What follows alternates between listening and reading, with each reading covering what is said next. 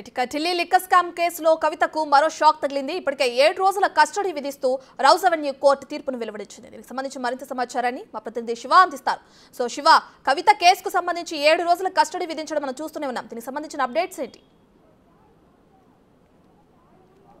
రత్న, నిన్న హైదరాబాద్లో ఈడీ అధికారులు కవితను అరెస్ట్ చేసి ఢిల్లీకి తీసుకొచ్చారు. ఢిల్లీకి తీసుకొచ్చిన తర్వాత ఉదయం ఈడీ కార్యాలయం నుంచి నేరుగా రౌజ్ అవెన్యూ కోర్టుకు తీసుకొచ్చారు. రౌజ్ అవెన్యూ కోర్టులో ఎంకే నాగ్పాల్ ముందు రౌజ్ అవెన్యూ కోర్టు ప్రత్యేక న్యాయమూర్తి ఎంకే నాగ్పాల్ ముందు హాజరుపరిచిన నేపథ్యంలో ఉదయం నుంచి కూడా మధ్యాహ్నం 2 గంటల వరకు 2 గంటల తర్వాత గ్యాప్ తీసుకుని మళ్ళీ ఒక 1 అవర్ వాదనలు జరిగిన తర్వాత తీర్పును 4:30కి రిజర్వ్ చేశారు. కస్టడీ ఇవ్వాలా, ఏం చేయాలి అనే దానిపై తీర్పును 4:30కు వాయిదా వేస్తారు. 4:30కు వాయిదా వేస్తారు. కొద్దిసేపటి క్రితమే ఈడీ కస్టడీ ఇస్తూ అంటే ఇరువురు వాదనలు విన్న తర్వాత కస్టడీ కోరారు.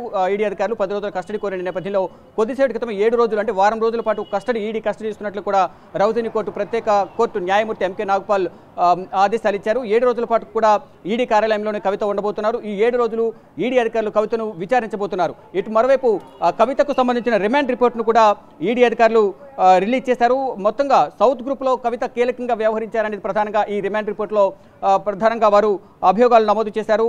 ఢిల్లీ లిక్కర్ స్కామ్ కేసులో కవిత కీలక వ్యక్తిగా ఉన్నారు. 100 కోట్ల రూపాయలకు సంబంధించి సౌత్ గ్రూప్ నుంచి ముడుపులు అనేవి చేతులు మారాయి.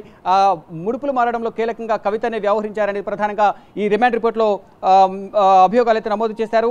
ఢిల్లీ సీఎం అరవింద్ కేజ్రీవాల్ అలాగే ఉప ముఖ్యమంత్రి మనీష్ సిసోడియాతో ఒక ఒప్పందం కుదుర్చుకున్నారు. అంటే ఈ ఢిల్లీ లిక్కర్ పాలసీ రూపకల్పనలో ప్రధానంగా వారు కొన్ని పాలసీ రూపకల్పనలో లాభం చేకూరే విధంగా కూడా ఈ పాలసీ రూపకల్పన చేశారు. ఆ లాభం చేకూరే విధంగా రూపకల్పన చేసిన దానిలో ఎంతైతే లాభం వస్తుందో దానిలో సగం ఆమ్ ఆద్మీ పార్టీకి అరవింద్ కేజ్రీవాల్ ప్రభుత్వానికి ఇచ్చే విధంగా ఒప్పందం కుదుర్చుకున్నారు. దానిలో భాగంగా సంవత్సరానికి వచ్చే ఆదాయంలో 420 కోట్లు ఏదైతే లాభం వస్తుందో దాంట్లో 210 కోట్లు కవితకు అలాగే 210 కోట్లు అరవింద్ కేజ్రీవాల్ ప్రభుత్వానికి ఇచ్చే విధంగా ఒప్పందం కుదుర్చుకున్నారు. దానికి సంబంధించి కూడా ఈ అభియోగాలను రిమాండ్ రిపోర్ట్లో అంటే కిక్ బ్యాక్స్ రూపంలో వీటిని అందజేసినట్టుగా కూడా ఈ రిమాండ్ రిపోర్ట్లో ఈడీ అధికారులు మెన్షన్ చేశారు. ఇక అరుణ్ పిల్లాయిని డమ్మీగా పెట్టి ఇండో స్పిరిట్లో సమీర్ మహేంద్రకు సంబంధించిన ఇండో స్పిరిట్లో మధ్యవర్తిగా అరుణ్ రామచంద్రని పెట్టి 33% కొనుగోలు చేశారు కవిత.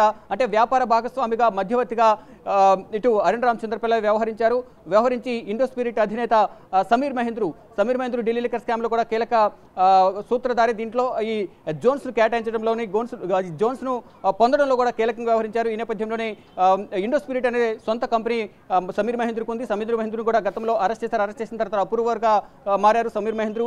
ప్రజెంట్ బయట ఉన్న పరిస్థితి అయితే కనిపిస్తుంది. అంటే మొదట్లో అరెస్ట్ చేసిన తర్వాత సమీర్ మహేంద్రును తిహార్ జైల్లో ఉంచారు. విచారణ చేసిన నేపథ్యంలో తర్వాత కొన్ని కారణాల వల్ల అనారోగ్య కారణాల వల్ల మధ్యంతర బెయిల్ ఇచ్చారు.